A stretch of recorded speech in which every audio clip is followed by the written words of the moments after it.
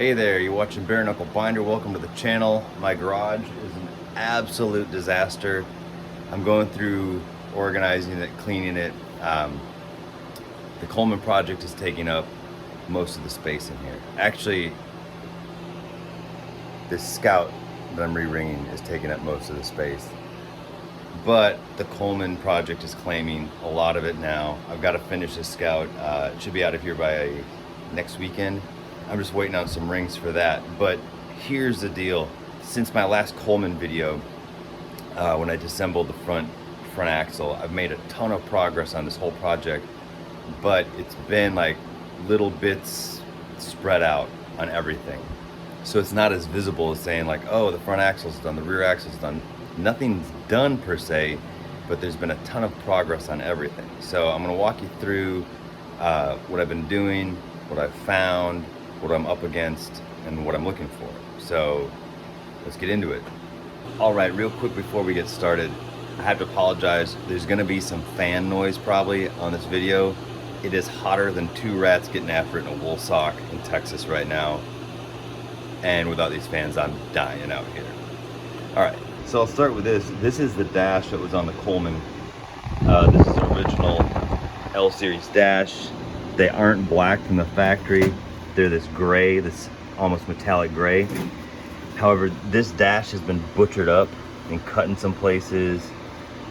So I found another L series dash that was in better shape. That's at the sandblaster right now. And then my buddy Curly's gonna paint it up for me with a few other pieces.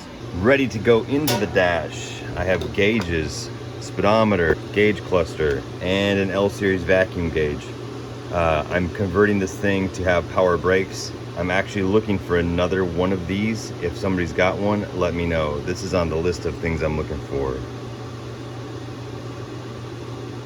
Also going in the dash, lock and glove box button, the ignition key, and a door lock, and keys for all of those things. And check out this rad keychain.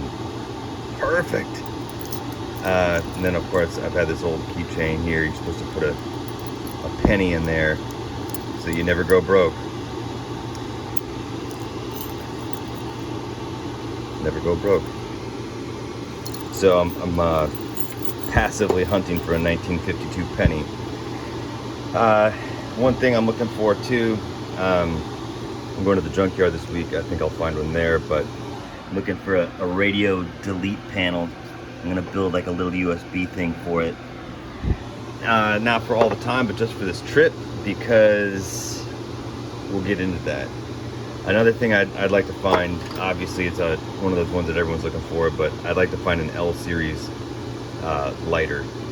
So, oh, as long as we're at it, this is a glass amber lens. It's 2.5 inches across. I have 4 of these. I'm trying to make a set of custom, well, I'll tell you what, I have a surprise that if I find another one of these, I'm going to make a really cool project out of it. So if anybody has one of these, knows where to get one, get at me. This lens is another thing I'm looking for. All right, so the dash stuff, that's pretty universal. So let's get into the wheels, the hubs. What have we found? This is the driver's side, passenger side.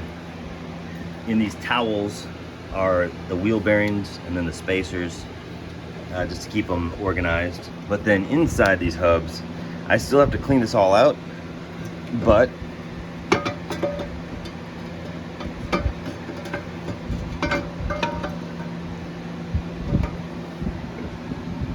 these oil light bushings right here, you see that bushing in there? There's one on each side of these rings. So I gotta get 4 of those bad boys. I gotta get the right OD on this, and the ID I believe is a couple thousandths more than 3/4, which I believe the pins are. As long as we're in here, these bearing races all look really good. I think I'm just gonna get away with cleaning out these hubs and then new bushings on the power rings here. This one had a stuck stud in it, a busted off stud in it, so I was actually able to weld a nut on that and then back it out. The hubs themselves just need to be cleaned and painted.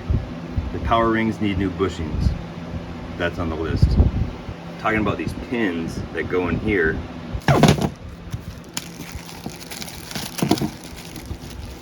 All right, so these are what those pins look like if you remember from the axle teardown video. This is a driver's side. Look how busted up that is. Like somebody really tightened it in there.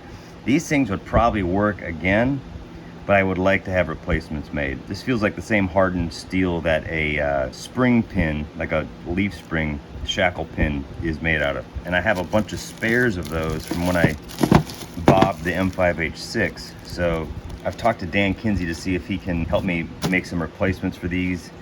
If you remember from the M5H6 oil filter adapter video that I made, Dan Kinsey is the guy who helped me machine that whole thing out. Whenever have some machining questions, he's pretty much my first call. So, all right, speaking of the hubs and repairs, here are the spindles. This is the driver's side. Looks real good. I didn't get it as clean as the passenger side, but it's got some advantages over the passenger side, which is on the passenger side,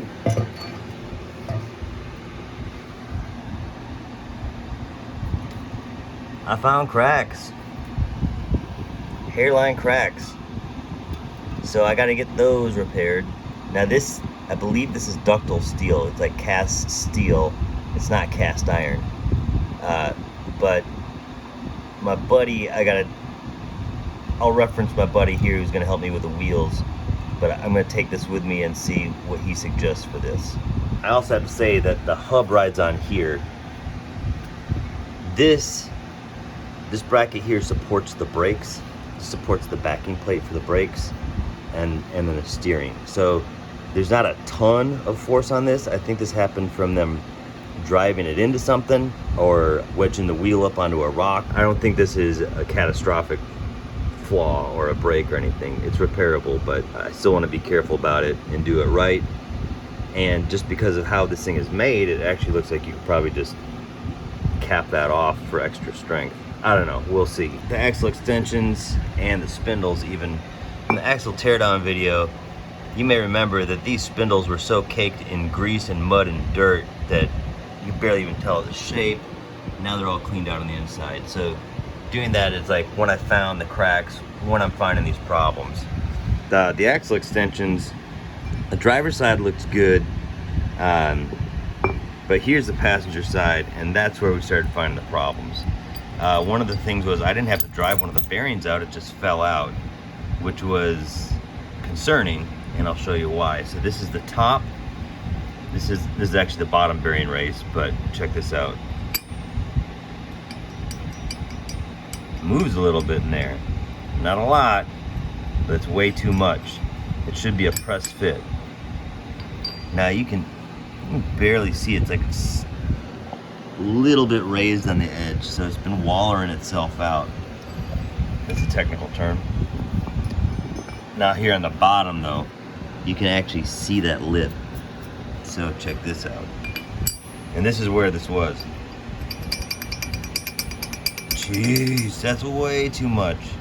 I have to get a press fit established back into this. I guess this has to be filled up with weld. I guess that's how you do it. And then machined back out to be a press fit for the bearing race. But yeah, see how that's all shiny and worn on there? It shouldn't be like that either. So that is one of the main things that I have to get fixed. Like I was saying, I could probably even reuse those pins with new bushings, but that has to be fixed before the Coleman can even, like before the axle can even get put back together. So that's a concern. And with all this damage, this was the race that was in here, and damn, that looks like crap. This is the bearing. It doesn't roll, it just clicks. Anyway, I've got a replacement for this. I got to get this fixed. These are the wheel bearing end caps, mostly cleaned up. These are the shims for them. They all look good. They're all cleaned up. In the axle teardown video, I mentioned this being a rubber seal, like a giant rubber O-ring, because I saw the Minneapolis Moline video where the guy was putting the axle back together, and that was using rubber seals. However, these ones, my friend Mark reached out to me and he let me know that these are felt, and by golly, I took out the surviving ones and they're made of felt. So Mark also let me know that McMaster Carr has gotten new felt. So I got felt that matches the measurements. So when I start putting that axle back together, you can watch me rustle felt into them. So those are the originals, soaked in oil and grease. That's replacement felt. We'll get there. Speaking of the hubs, the wheels, these are cast aluminum extensions that were bolted to the backing plates. The backing plates are getting sandblasted, but anyway, I started out scrubbing these in the parts washer and they are unrecognizable from what they were. I mean, they just look like brown rust metal crap, and it turns out they're cast aluminum, so that's pretty wild. So it's kind of a bummer seeing stuff that needs to be repaired, so let's talk about one thing that's actually done. The transfer case. The transfer case I have gone through, I have cleaned this all out, I have resealed everything. All the gaskets, all the seals, even the shift rail seals. This thing is ready to take oil. I haven't put it in there yet, but I'm probably gonna do that this week and just make sure it has oil in the bearings. The bell housing. So this is a silver diamond bell housing. It came off the L-130 in Canada. If you saw this in the last video of me sorting through the trailer, this thing was encrusted in crap and grease, you know, truck residue. And there is the flywheel cover. Now this is the anchor for the clutch pedal. This is an early series. This is probably a 1950 or 51, early 51. They changed them out so they actually had like a bushing in here. I'm trying to find one of those right now, and I'll show you what they look like from the parts manual. But if somebody's got one, it's actually a two-piece thing where it comes off of here and then the bushing piece bolts on. I am looking for one of those if you got one. I found one from a larger truck in the junkyard, and this could work. I could work something out and weld up a bracket and get it in there. But if I had original, then I know that my alignment was right. So if you have one of those, in the diagram here, it's numbers 19 and 20. So that's what I'm looking for. All right, so talking about the bell housing, these are two bell housing cross members. This is the original one off the Coleman truck. We found it in the bed of the truck. If you remember from the video when we were revealing the truck, it doesn't have a motor, it doesn't have a transmission. It basically started at the transfer case. We found both drive shafts and it's got both axles. So this is cross member out of my A120 4x4. This takes a later bell housing. I brought it with me because that's the motor from the A120 is what we're putting into here. And the motor from the A120, actually before I was born, my dad had that motor put in the truck at our local junkyard, and I believe it's out of a 63, so it's a BG241.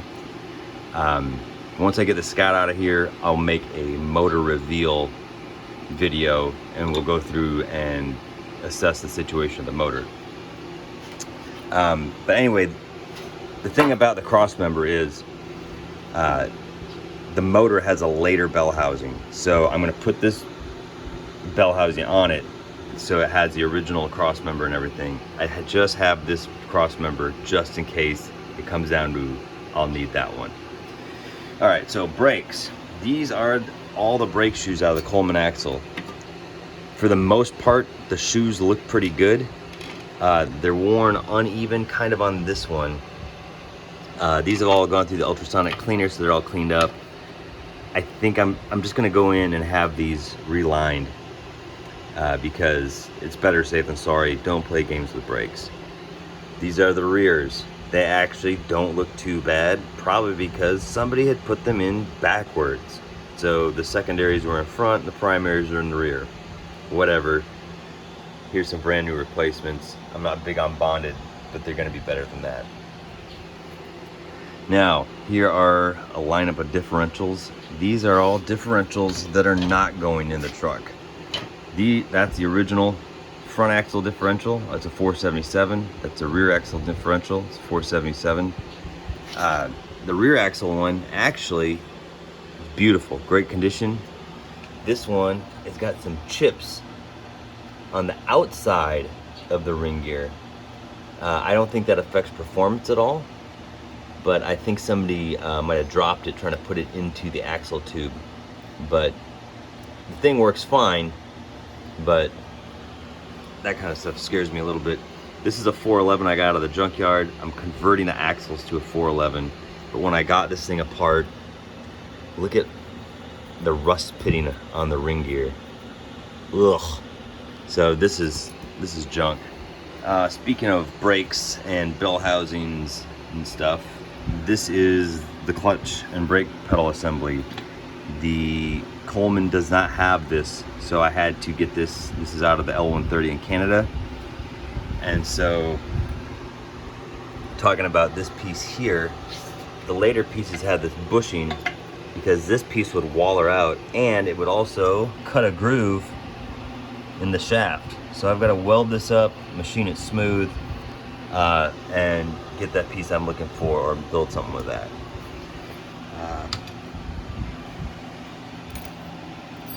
The turn spring that goes with this, with the extension. Now the brake pedal is actually the brake pedal from the Coleman. We found that in the back of the truck, and it had a pad on it.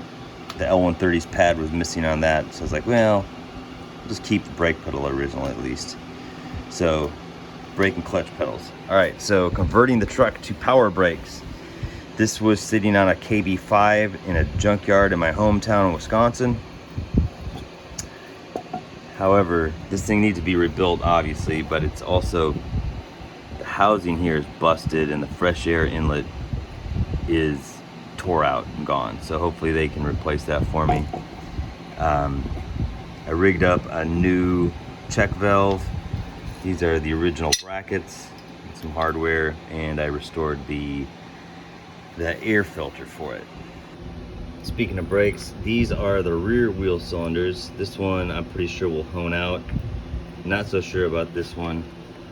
I ordered some kits. They should be here next week for those. And then these,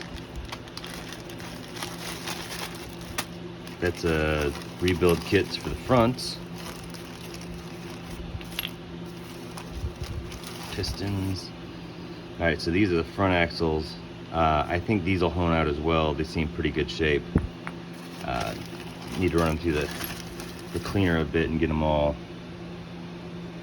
honed out just to see what we're dealing with.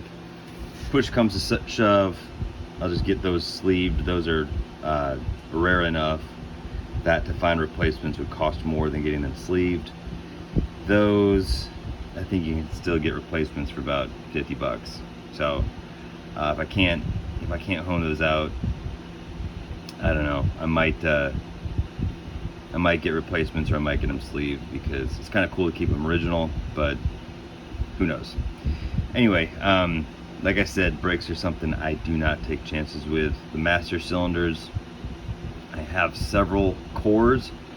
I'm thinking about soaking one in Evaporust and seeing what she looks like, but other than that, I'll probably just get a brand new one, because man, going down a mountain, taking a big road trip and something like this, or even driving across town, you want to be able to stop.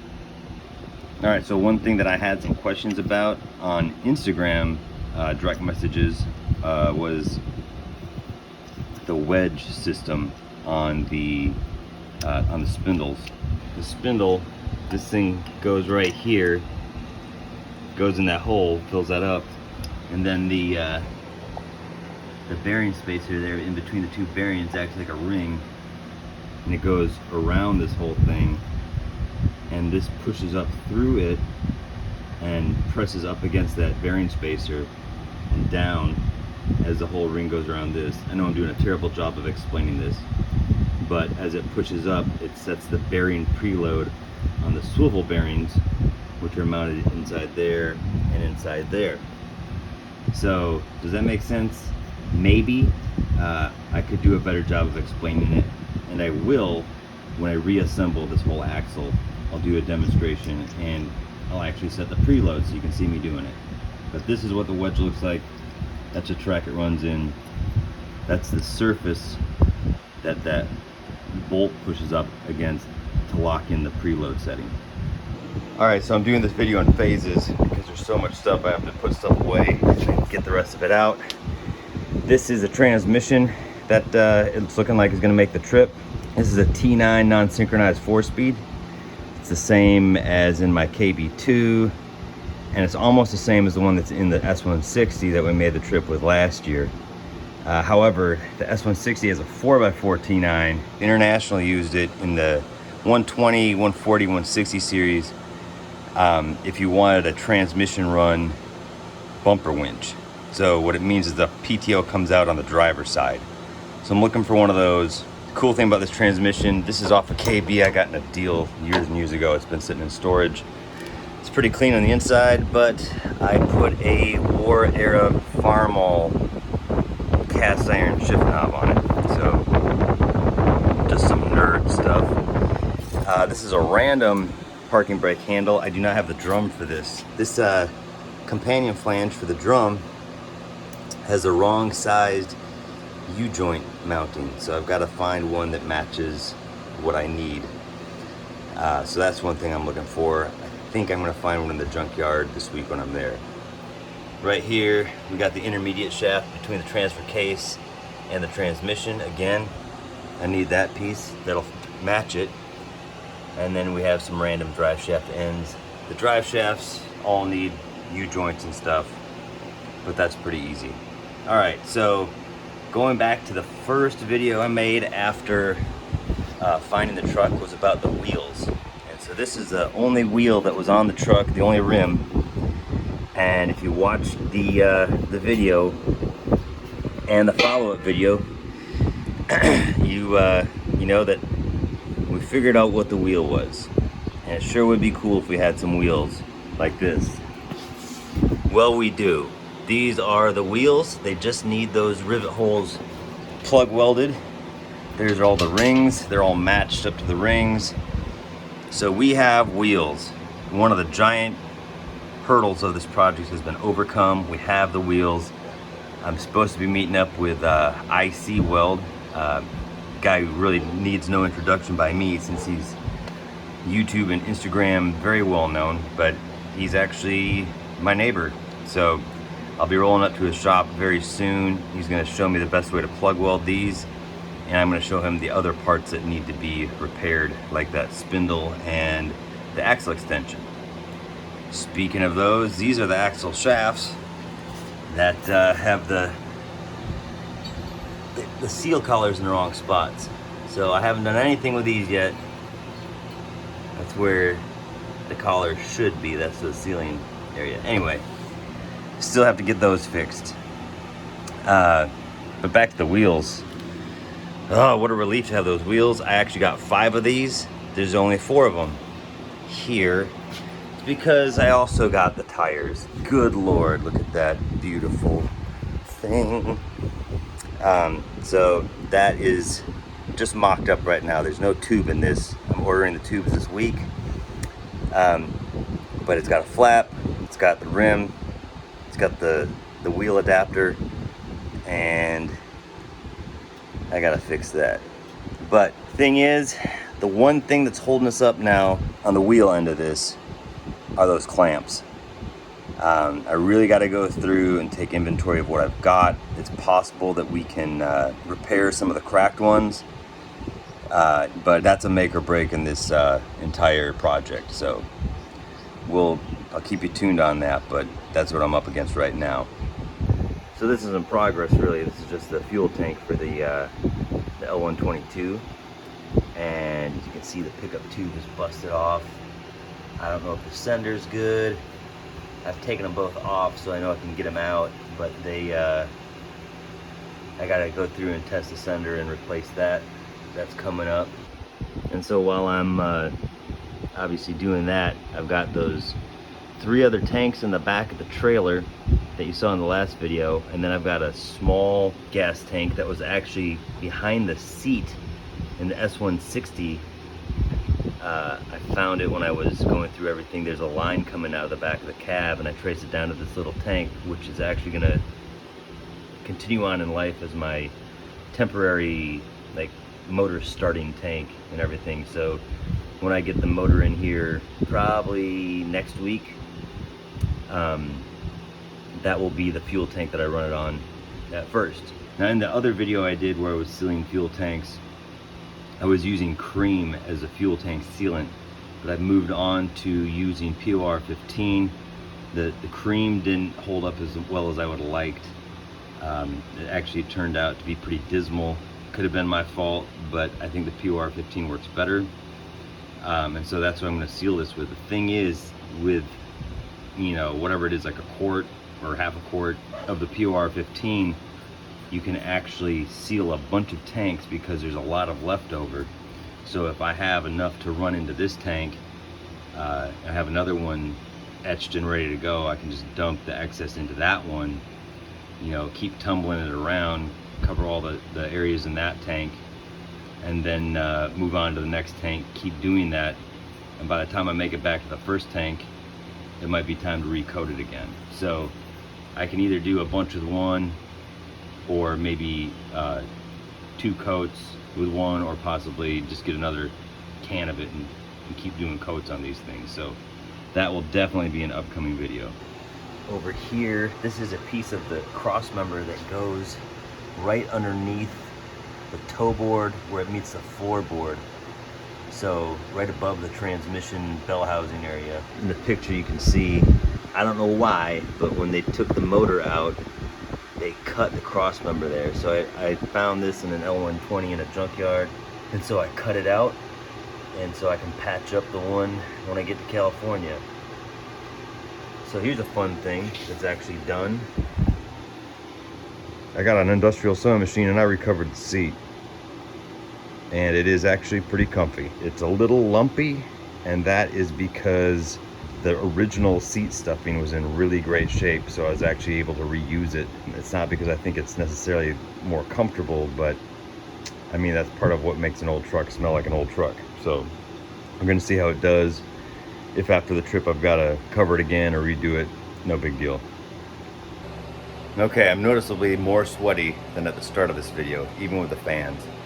So I'm about to wrap this up, but I have to tell you, give you some more update on the project itself. It is July 22nd, 23rd right now, 23rd. Rocky Mountain IH Rendezvous was 2 weeks ago. My plan was to drive this thing there, so I'm way behind schedule as far as that's concerned. It's crazy to even think of driving one of these things, especially one that's been sitting for decades with no motor, transmission, and thinking you're going to drive it across the country on a schedule. But that said, there's a new schedule because, as many of you know, I'm a musician. I'm playing Austin City Limits Music Festival this year on October 9th, and this has actually opened up a realm of possibility because on the 10th I'm planning to leave Austin with the van loaded with everything, axles, engine, all the parts, everything, and then put it all together, get it running, hopefully make it to Fall Sierra Rally in Grass Valley that same weekend. Assemble this truck in like basically 4 days, 5 days tops, and drive it to Grass Valley for this rally, this meetup. And then I was gonna take it back, store it for a few days while I drive my van and trailer back to Austin. And then my wife is taking her vacation, and she and I are planning to fly to the truck, just get in it, no chase vehicle, and drive the thing from Northern California all the way to Austin. Basically the same route that I took with the S160, except we're planning to go through Lake Tahoe and we want to go see Coonrod's and Littleton, where Coleman was based. I mean, we couldn't not go there. So that brings in a whole other aspect of it, because if I was going by myself, you know, I can do it pretty barbarian, you know, travel warm, like pack up, wore a lot of clothes and layers, but the little lady's coming with me, so I have to make sure that this truck has a heater. It has a heater in it right now. It looks very cobbled together. I don't trust it, and it's not an international heater. It's just some random heater. So I have a few heaters. I'll show you real quick the heaters that I'm considering using and why I prefer one over the other. All right, so right here is a 50s era heater, one of the probably 3 or 4 that they actually use in these trucks. It has all the stuff. I got this from my buddy Alex West. Originally got this for Della. And if you have any experience with the 50s heaters, you know they work okay. But if you really want to burn yourself out of the cab and get a lot of heat, you should go with a KB heater. And I have this KB heater that has gone through the international 1950s Renew program, where they took old parts and reconditioned them, and they put a 50s Man on a Tractor logo on it. It's got black handles, well, black handle, one black handle. I don't know that this thing was ever mounted in a truck after it was renewed. The core seems to be new old stock. I only have this one handle. I have these spare handles I could put on it like an original KB, but Jacob Chapin, bless his heart, he made these for me with the, I guess you call it, I don't know if that's 3D printed or CNC milled or what, but what a guy. He made these for me, so I have matching ones. I just got to sand them down to match it. So I think I'm going to get this thing going. I have the motor out of it right now, because the motor was problematic. So I have a couple other heater motors for it. These are the ones that are, they have the reversible motor, so 2-speed reversible. So that is probably the one I'm going to stick with. It's simple. There's a lot that goes along with this one. I have a square tube that goes with it, the square heater hose, but I don't know. I think I'll just stick with this one out of simplicity. Whatever. Here's something away from everything else on the other side of the Scout. This is the RA10 rear axle. And I took it apart the other day. This is the one, it was definitely sitting in the mud. Been doing a lot of cleanup on it. The inside actually looks really good. I'm happy about that. I'm not sure if I'm gonna get the sandblasted, but I did find that there's some cracked welds on the spring perch on this one side, so I gotta weld that up, but no biggie. That's not a make or break at all. And actually, it would probably fare just fine on the trip, but as long as I got it apart, I'm gonna do that. All right, so speaking of axles, like with that rear axle, you may be noticing that the center section for the Coleman axle is missing and some other stuff. So the brake drums, the center section for that axle, let's see, the backing plates, part of the steering, the dash, all that stuff is all the sandblasters right now. So I'm getting that all sandblasted down with that center section of the axle. It has some nooks and crannies, and it has some part number stampings on it that I don't want to lose. Sometimes I find with getting the wire brush on there, you kind of blur the edges of that stuff. And my sandblaster, the guy who does it, he seems to be really good at not giving it too much. So all that stuff should be coming back from the sandblaster. I'm trying to think of anything else I have.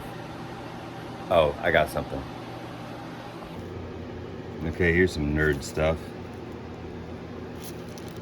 I got the head, even though I don't have the motor here in the garage, I went and had the head I pulled the head and I took it into the machine shop and I had them do the valves and rebuild the whole head. So this thing is better than new, ready to go on there.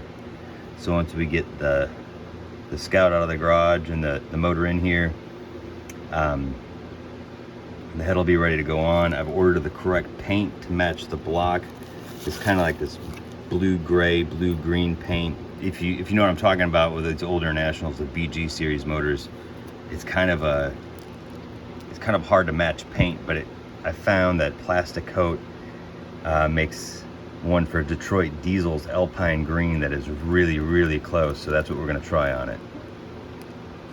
All right, so one last thing I'll show you, and this one really gets down to the process of what I'm doing and like what I'm up against when I'm out there fixing something in a junkyard. Sometimes I get to lay on concrete, sometimes it's on dirt, sometimes, you know, I can slide a board underneath what I'm doing. But there's a lot of awkward situations. Like if you were to, let's say, drop a transfer case underneath a truck, and it was maybe a giant struggle just to get it down from the truck, how the heck are you gonna lift it up underneath the truck in a weird angle without hurting yourself or breaking something on yourself or the truck? So I've been working on the transfer case bracket for the Coleman's T32, and I think I've got an interesting project laid out, so I'll show you that real quick, just as like a last thing. So this is the little welding project I've got lined up for myself today. These are just, you know, like 1.5 inch or something, square tube pieces cut off. The center of gravity with the transfer case is probably about right here. That's a little off-centered. And what these will do is I'm making an adapter that sits on top of my transmission jack, and with legs that just go up, and they don't have to bolt on anything, but they'll just kind of go in there and they won't let go if these are spot welded on here. So the cool thing about this is that I can take those off and grind the spot welds off if I want to, because I wasn't going to worry about it with this thing because it looked like it was just homemade, but then I started grinding on it, cleaning it off, and there's Coleman part numbers on every detachable piece of this thing. So I thought that was pretty cool. Oh, here's an example. Hot. Goddamn.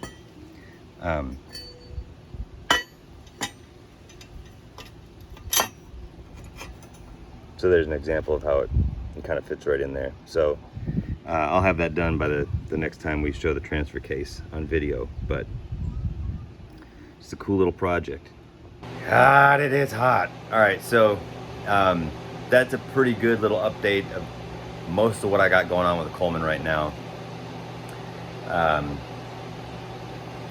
Just when I get the motor in here and I get the pieces back and I can start reassembling that front axle, this stuff is just gonna start flying. When I get the tubes in and the rims done, that's another thing. I mean, there's been a lot of progress on this thing, but it's harder to see since it's not just like going down a checklist and everything's just kind of creeping towards a goal line. So there's so many things to cover as I go through this. So what I'm gonna try to do is I'm gonna try like hell to make a new video every Sunday to show my progress, and so y'all can follow along on it. So right now, there's also that list of things that I'm looking for. Obviously, a vacuum gauge, not crucial of this project. That amber lens, very cool. Could be an extremely cool part of this project, but not crucial. The clutch pedal anchor bushing thing, that is something that I'd really like to find for this project. I can weld something up if I need to, but as far as getting it aligned properly, I'd feel way better having an original piece. So there's that. That's something I would consider crucial, but we're talking about the most crucial thing that I need for this project to make sure it happens are these wheel wedges. The wheel wedges that go around and clamp the rims onto the Coleman hub and onto the wheel adapters. So I'm gonna mention it a few more times, but we'll get there, we'll figure it out. Anyway, thanks for following along. This project is already epic. The reassembly is going to be crazy, and there's nothing going to be more epic than when Jess and I take this badass truck, one of one, Coleman conversion 4-wheel drive 52 International cross country, and see the sights and make it all the way home to Texas. So thanks for watching, and I'll see you in the next video.